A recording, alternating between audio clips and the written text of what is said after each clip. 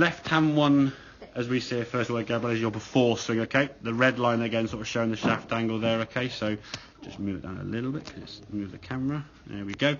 So we're trying to look at the angle you swing the golf club on, okay? The before swing here on the left hand side, as you go back, you'll see, as you go back here, the club's kind of halfway back there, and it's not quite on the angle that red line is to start with. So the club's what we call a little bit low, a little bit flat. So when it comes back to golf ball, it's going to want to come back above that golf ball, thus resulting in you topping it or missing the ball if you do it to the extreme. Then, of course, you try and keep your head down or get lower or bend your knees or do something that like to try and get that club lower, which is when you do it enough over and over again, you might get good at doing that, but it's going to be a very restrictive and inconsistent way of playing golf, okay? If we look at the right hand one now, we're trying to swing that golf club a bit more up on that angle as you go back here. Now you can see, so you start hinging the wrist up, you can see now as you get to the top, your club now is pretty much on that green line, yeah? So nice parallel to that club there, to that green line. As the club then starts working back down, your hands now start working down that green line, the club now starts working down.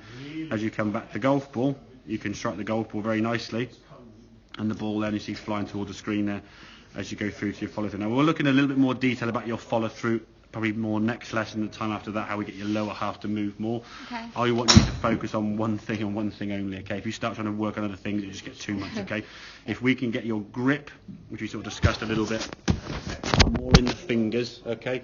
And I think pressure is probably more important because we're gripping it nice and loose. If you're squeezing on too tight, or you feel your hands sore after 10 or 15 shots, you're gripping too tight, okay?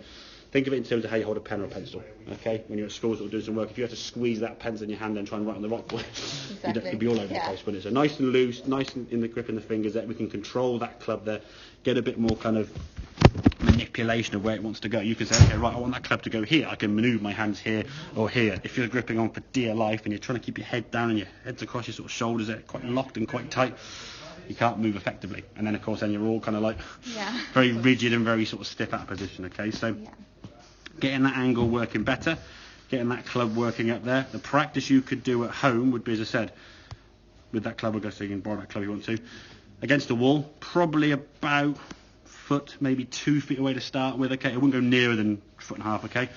Try 2 feet to start with, okay? And you're going to swing that golf club back up now and try and miss that wall. You can see just about on there, you'd be sort of just making a little bit of contact on there, okay? Just white went a little bit left with the shot, okay? If we can get that club a little bit more up on the way back, it would certainly help in terms of the direction. Most of your shots were a little bit to the left, slightly, not a problem, we can work.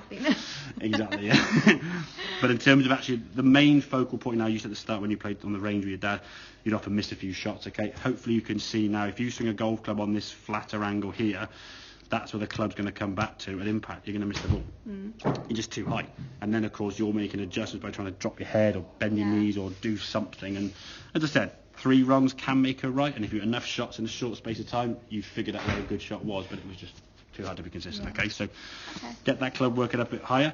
What goes up can come down, basically. If the club can work up and come down, we can get a nice consistent strike of that golf ball flying towards the screen, and then I say next session moving on, we'll work on that position again to check it's correct, double check that grip, because that could have gone back to where you had before, and then probably work on kind of how that lower half's going to work through impact, okay? So does that make sense?